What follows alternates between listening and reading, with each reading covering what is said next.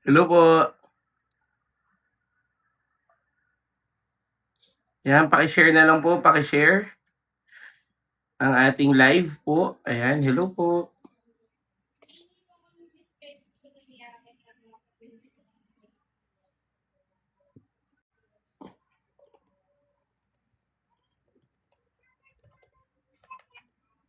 And hello po, pasensya na po, hindi po tayo naka-live nitong mga nakaraan, medyo nilagnat. Pero sa ngayon, okay naman na. Uminom na kasi ako ng gamot at hindi ko naman masyadong binibaby yung sakit ko, kaya back to work.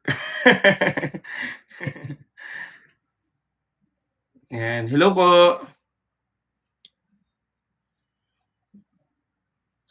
Yan, please like it, share it, tap it guys, para mas marami pong maabot ang salita ng Panginoon. Hello po.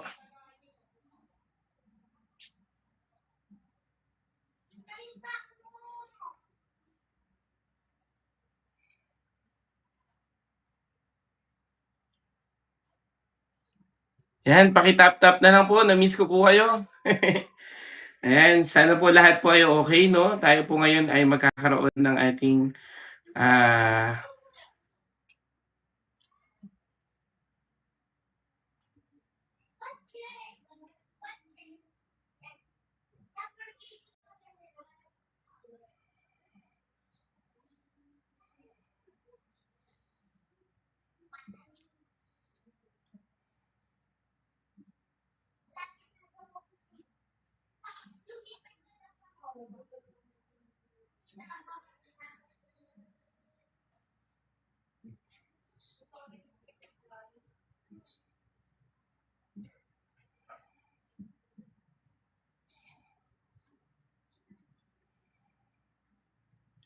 yan, please like it, share it, tap it guys, para mas marami pong maabot ang salita ng Panginoon. Sige po. Ayan, hello po. Eh, gawa po yan ng asawa ni Pipay. Ito. Ate, kamusta ate Cha? Hi Sifa, hello po. Ayan, pare-post na lang, pare-post. Oo, okay na.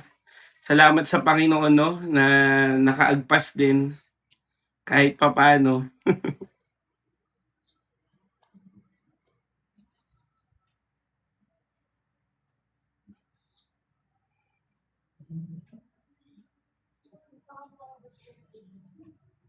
Hi po sa lahat po na nandito, hello po.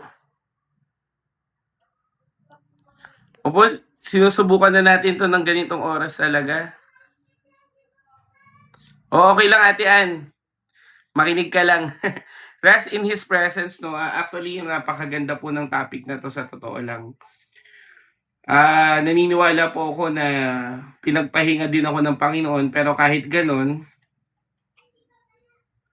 anong pangalan nito, kahit po gano'n, eh, sa biyaya naman ng Diyos okey naman na. So,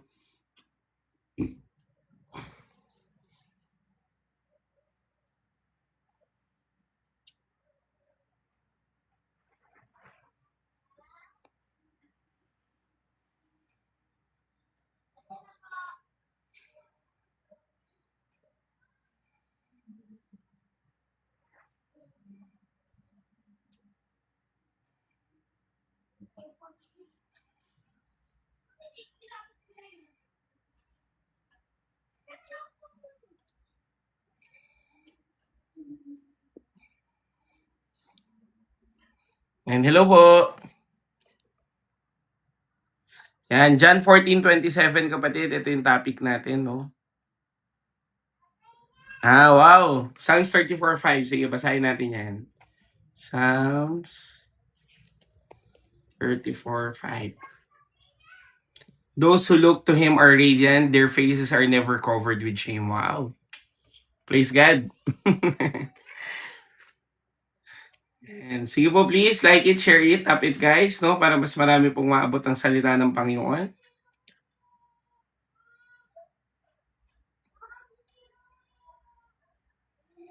Hi po.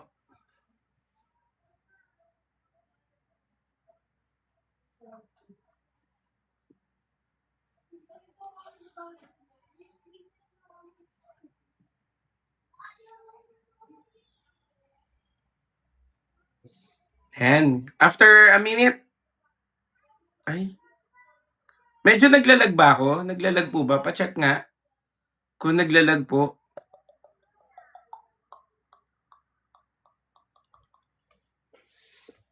Wait lang naglalag eh.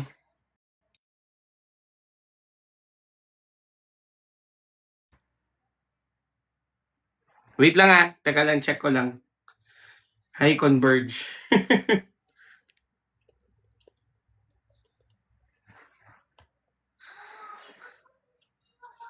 Wait lang okay naman. Ayan po, medyo okay na ba? Pero anyway, no, ano lang yan, hadlang lang yan.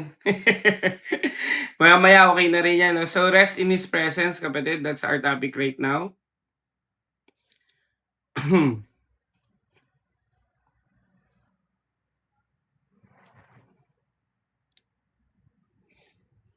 Yan, sige po, tayo po ngayon ay mag-aaral din naman ng salita ng Panginoon.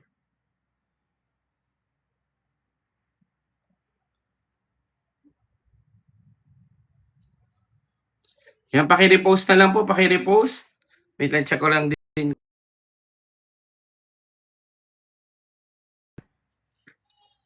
Ay, thank you naman po sa mga nag-share po sa group chat natin, no. Yan, wala na gano, kasi uminom na ako gamot eh. Pag ininom na ng gamot, wala na halos.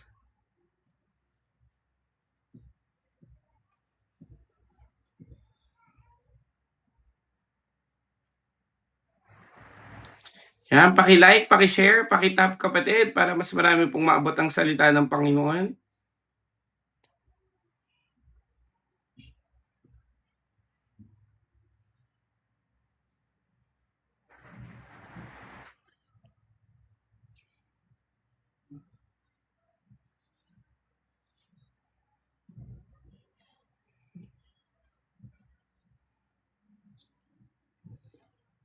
Rest in His presence. So, after 3 minutes, mag-start na rin. Kaya paki-like, paki-share, paki-tap kapatid para mas marami pong maabot ang salita ng Panginoon. And sige po. Good evening po, good evening po sa lahat. Paki-type na rin nga ng present. Yan, para alam ko lang na nandito ka na. Inayos ko lang po yung mga yung mga verses na i-quote natin para po for today's video. For today's live.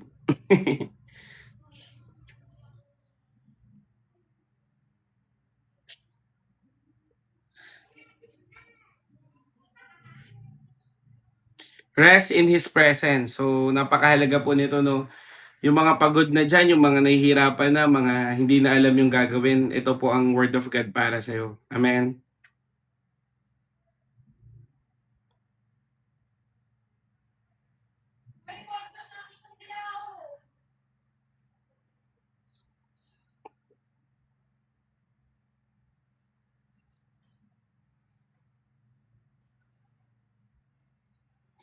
Hello po. Hi. Hara, hi.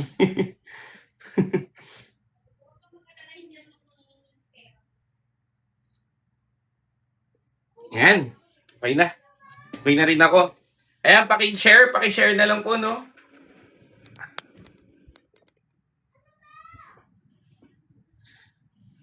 Ayan, sige po. Tayo po ay manalangin na.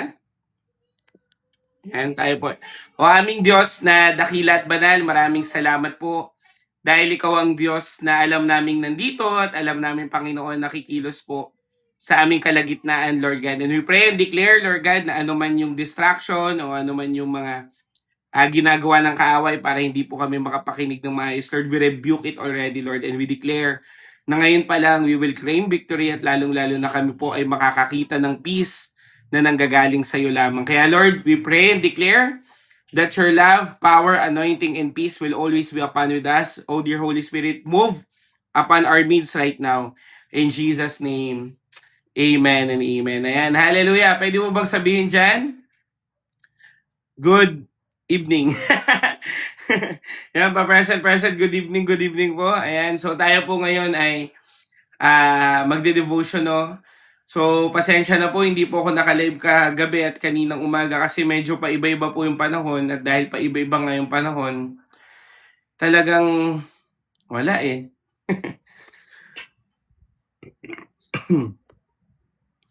Talagang hindi na hindi kinaya, no? Pero sa biyaya naman ng Panginoon, okay na. So, yan, rest in His presence. So, napakahalaga po nito dahil lahat po tayo napapagod, tama po ba? Sige po, pwede po ba mag-comment dyan yung mga pagod na? Pagod na sa life, pagod na sa love life, aroy. Pagod na sa kung saan saang mga bagay, pagod na hindi na alam ang gagawin, no? Pagod ng umiyak, pagod na sa trabaho, pagod na, no? Sino po yung mga pagod-pagod na dyan? Yan, no, mga pagod na. Pero ito kasi kapatid, kaninang umaga narinig ko to dun sa, kasi umattend pa rin po ako ng prayer and fasting namin sa church kahit na medyo masama yung pakiramdam natin. Kasi naniniwala po ako na pagagalingin po ako ni Lord eh. Amen. Naniniwala po ako na ang Diyos po ay kikilos sa buhay ko. Kaya kahit na masama yung pakiramdam ko, kahit na nakakapagod, tumuloy pa rin ako. Pero kanina habang nakikinig po ako ng preaching, narinig ko to dun sa preacher. Sabi, "Peace I leave with you, peace I give you." John 14:27. Ulitin ko "Peace I leave you, my peace I give you. I do not give to you as the world gives. Do not let your heart be troubled and do not be afraid." Amen. Sobrang ganda ng John 14:27 kapatid. Dahil, tamo ang kapayapaan kapatid ng mundo, temporary lang. Amen. Pag inasa mo sa tao yung kapayapaan mo, pwede niyang sirain. Pag inasa mo sa trabaho mo yung kapayapaan mo, pwedeng mawala. Pag inasa mo sa mga meron ka o makamundong meron ka or yaman na meron ka dito, pwedeng mawala, pwedeng manakaw. Kaya nga sabi ng Bible, I do not give to you as the world gives.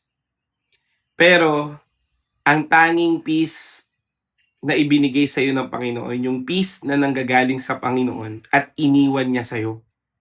Amen. Kapatid, kanina ang topic namin is about the resting of the Holy Spirit in our lives. At na-realize ko kapatid, kaya pala sinabi ng Panginoong Jesus na malaking kapakinabangan ang pag-alis ko kasi bababa ang helper o bababa ang banal na espiritu. At ang banal na espiritu kapatid, ang siyang nanahan sa atin na siya ang nag-aater o siya ang nagbubuhos ng pag-ibig, ng kapayapaan, ng biyaya ng Diyos sa buhay mo. Amen. Kaya pala malaking kapakinabangan ang pag-akyat ng Panginoon dahil siya naman ang baba ng banal na espiritu at ang iniwan sa iyo ng Panginoon ay kapayapaan. Amen. At kapayapaan din ang ibinigay sa iyo. Hallelujah. Kaya kapatid, napakahalaga na ikaw ay magpahinga sa presensya ng Diyos. Dahil kung ikaw man ay napapagod, bibigyan ka ng kapahingahan ng Panginoon. Hindi para walang gawin, kundi magtiwala palagi sa Kanya na kahit ano man ang mangyari sa buhay mo, ang Diyos pa rin ay kikilos sa buhay mo. Amen. Hallelujah. Pwede ba natin palakpakan si Lord doon? Sabi mo naman dyan, thank you Jesus. Amen. At itong kapayapaan ng Panginoon kapatid, hindi po ito ibig sabihin, wala ka ng problema. Amen.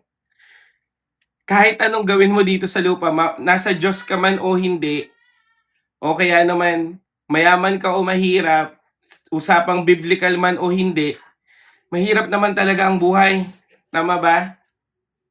Kahit ano namang estado ng buhay mo, kahit ano naman ang mo, mahirap pa rin. Kahit saan ang kalagayan mo, kahit ano pang tumbling ang gawin mo, mahirap talaga ang buhay. Pero kapatid, ang maganda kasi pag nasa Panginoon ka, meron kang kasiguraduhan. Sabi mo nga dyan, kasiguraduhan. Na kahit na nasa kalagitnaan ng paghihirap, kasama mo pa rin ang Panginoon. Dahil nga, iniwan niya sa'yo ay kapayapaan at ibinigay niya sa'yo ay kapayapaan. Amen. Kaya po malaki ang pinagkaiba ng hindi ka pa naniniwala at nung naniwala ka na. Amen. Ulitin ko ha, dang laki ng pinagkaiba. Bakit? Kasi nung wala ka kay Lord, ang ginagawa mo para pumayapa ka, ang dami nating outlet na mali. Tama po ba? Ang dami nating outlet para lang pumayapa yung isip mo. Nagiinom ka, umiinom ka ng pampatulog, umiinom ka ng kung ano-anong mga bagay, gumagala ka ng hindi nararapat, pumupunta ka sa mga tao kahit na mali, 'di ba? Pero yung ngayon kapatid, kahit na nasa bahay ka lang, kahit na nasa kwarto ka lang, pero dahil nanalangin ka sa Diyos na buhay, binigyan ka niya ng kapayapaan at kasiguraduhan na hindi ka iiwan ng Panginoon. Amen. Kapatid, mahirap man ang buhay pero hawak ka ng Diyos. Hallelujah. Masakit man ang dinanas mo kapatid pero hindi ka iniwan ng Panginoon. Amen. Ngayon, pwede mong tanongin sa akin, Kuya Jerome, bakit naman kasi pinagdadaanan ko pa yung mga ganitong bagay? Bakit kasi Kuya Jerome na kailangan ko pa tong danasin? Bakit kasi ganito, ganyan? Bakit kailangan pa, ganyan?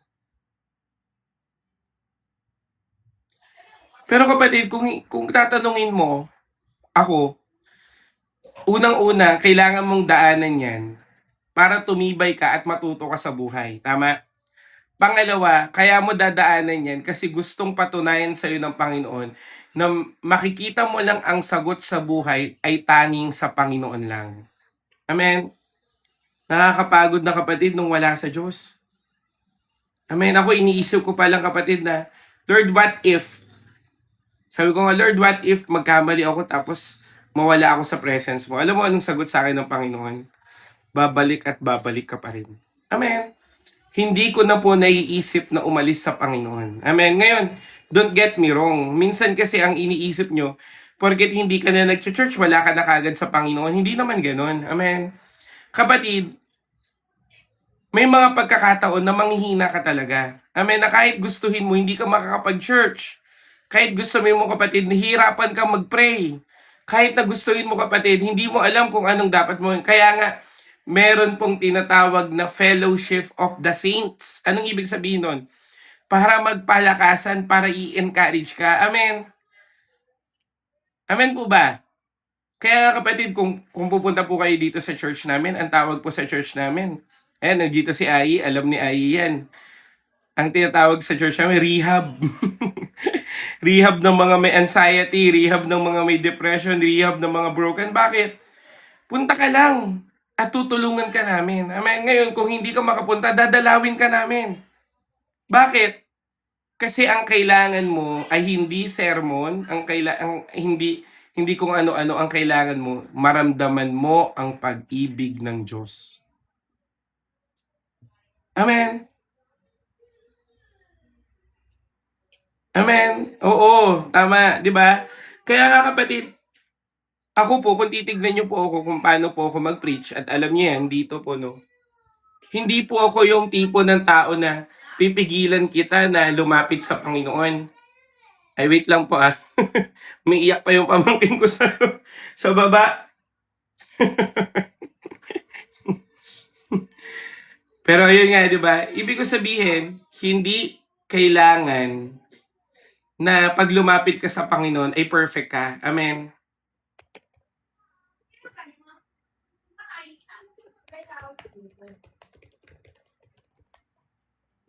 Amen. Kaya nga kapatid, ano pa ang estado ng buhay mo? Ano pa ang pinagdadaanan mo kapatid? Lapit ka lang sa Diyos. Amen. Because God is giving you peace and God is leaving you peace. Amen. Iniwan ka niya ng kapayapaan. Binigyan ka niya ng kapayapaan. Amen. Kaya kapatid, dalangin ko sa iyo, magkaroon ka ng isang buhay na laging lalapit sa Panginoon. Amen. Amen po ba?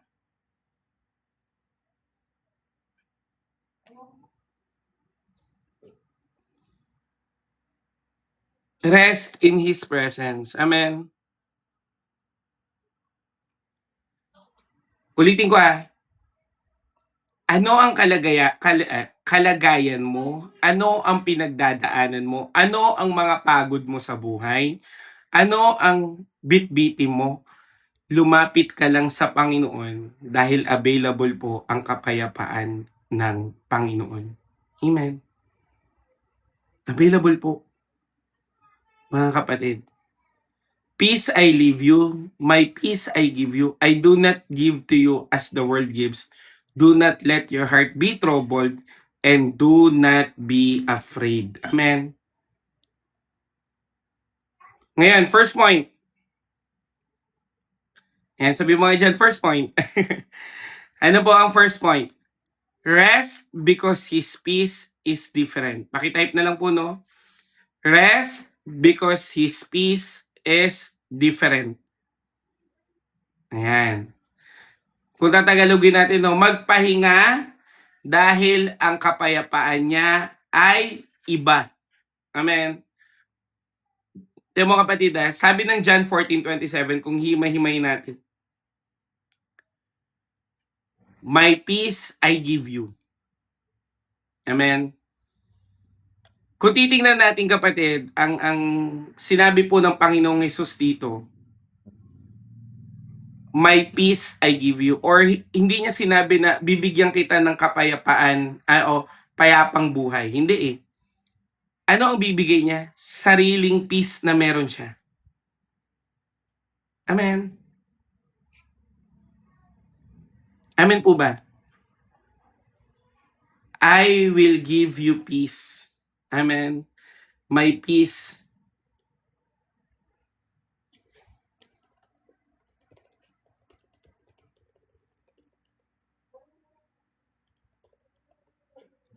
So, ibig sabihin kapatid, ang kapayapaan po ng Panginoong Hesus ay ang siyang kailangan mo para magkaroon ka ng isang buhay na payapa na hindi katulad ng nasa mundo. Amen.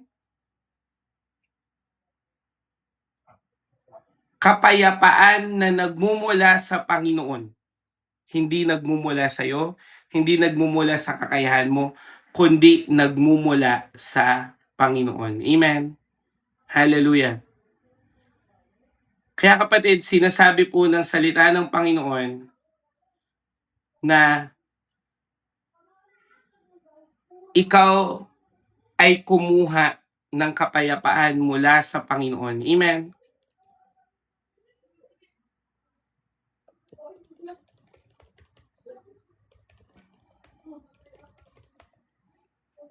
Amen.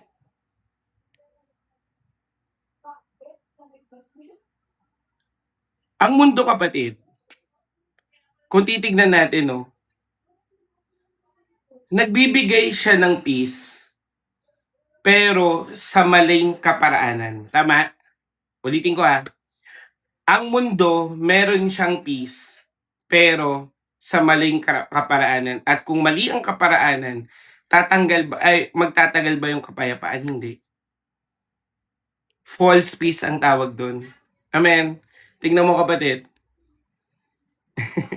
Nagsasample ako konti, no? May asawa ka. Kunyari lang ha. Tapos naghanap ka ng kapayapaan sa kabilang bahay.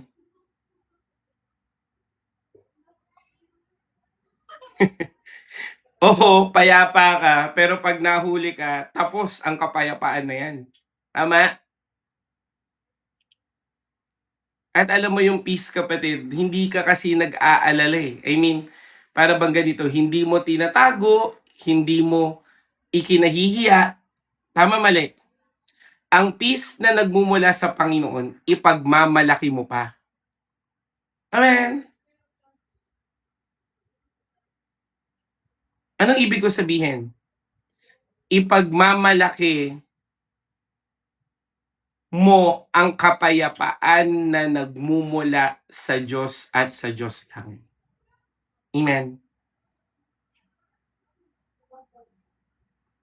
So, ibig sabihin kapatid, paano natin madidiscern ang false peace? Amen. Amen. Paano natin madi-discern yung false peace? Pag ito kinahihiya mo, hindi yan tamang peace. Amen. Pag kinahiya mo ang isang bagay, hindi po yan totoong kapayapaan. Amen. Nagigets nyo ba yung point ko? Pag kinahihiya mo na to, kapatid, hindi kasi naniniwala kasi ako ang kapayapaan na nagmumula sa Panginoon. Kaya mong ipagmalaki, tama? Pero yung kapayapaan na nagmumula sa mundo, nahihiya ka yan. Hindi mo yan i ipagmamalaki kasi false eh. Nakakahiya. Tama ba? Pero kapatid, pag nasa Panginoon ka na, at pag ang peace mo ay nanggaling sa Panginoon at sa Panginoon lang, Panginoon, mahal kita at ang kapayapaan ko ay nasa sayo lang at naniniwala po ako na kahit anong mangyari, ako ay payapa, kaya ipagmamalaki ko to. Amen. Kaya nga ang sabi ni Paul yung weakness ko ay iboboast ko para po sa powerful grace ng Panginoon. Amen. Para sa grace ng Diyos. Hallelujah. So kung titignan mo kapatid, pag totoong pinalaya ka na at totoong merong peace ka na kapatid, ipagmamalaki mo patuloy yung kahinaan mo kasi nga naging mabuti ang Diyos sa'yo. Amen. Kaya nga kapatid, kakaiba po ang peace na nagmumula sa Panginoon. Makakapagpahinga ka mula sa Panginoon dahil kakaiba ang binibigay niya na peace, hindi para itago, kundi para ipagmalaki. Amen? Amen po ba? Kaya nga, purihin ng Panginoon kahit wala akong pera, pero purihin pa rin si Lord. Amen? Dati akong ganito, pero ngayon hindi na, purihin pa rin ng Panginoon. Hallelujah!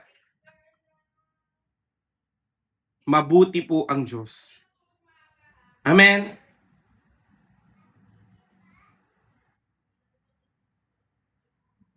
Ang mundo kapatid, sasabihin niya, magkakaroon ka ng peace pag naayos na yung problema mo. Kaya yung iba po kung titignan mo kapatid, sa totoo lang, yung iba naghahanap sila ng maling outlet. Tama? Akala nila doon nila mahanap yung peace. Tignan mo yung Samaritan woman. Naghanap ng asawa, 5. Yung pang-anim hindi pa niya asawa. Nabago ba buhay niya? Hindi rin. Amen?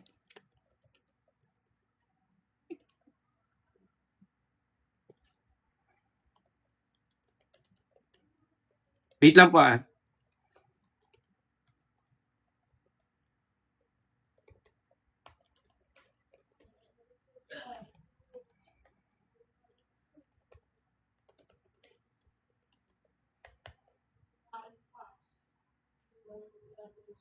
Tama yung ginagawa mo kapatid. Pag bumalik ka kay Lord, tama lagi yan. Amen?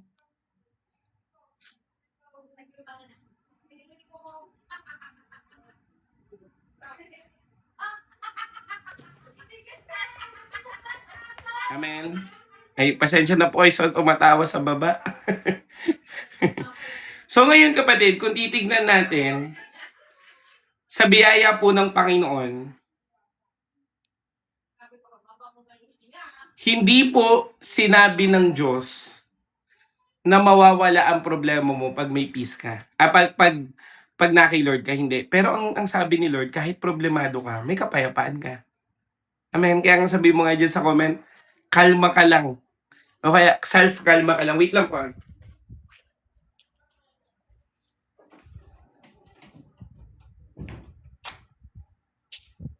Sinara ko lang po yung kwarto. Please.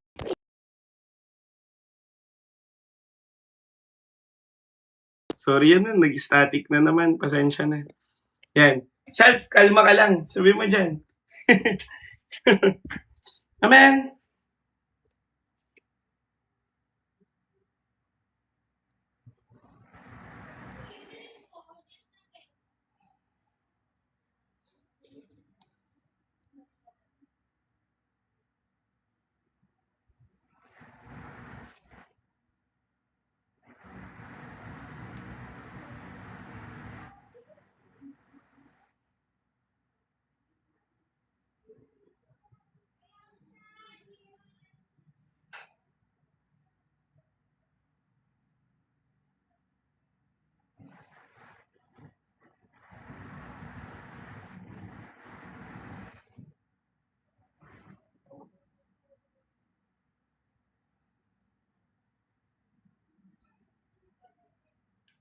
Ay, wait lang po, wait lang po.